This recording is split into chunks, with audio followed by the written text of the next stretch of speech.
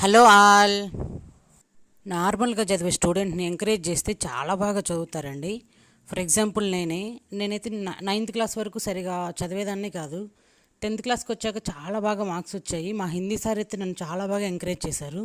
బాగా చదవాలి, ఫ్యూచర్ ఇలా ఉంటుంది అనేసి చెప్పారు. అదేదో మాయ చేసినట్టే ఏ ఎగ్జామ్ పెట్టినా మంచిగా మార్క్స్ వచ్చాయి. నా 10th క్లాస్లో అయితే 9.3 గ్రేడ్ వచ్చిందండి. ఫస్ట్ క్లాస్ నేనైతే పాంప్లెట్లో పడ్డాననేసి మంచి మార్క్స్ వచ్చి, మా నాన్న అయితే అప్పుడు మాకు మామిడి తోట ఉండేది, మామిడికాయలు అమ్మేవాడు.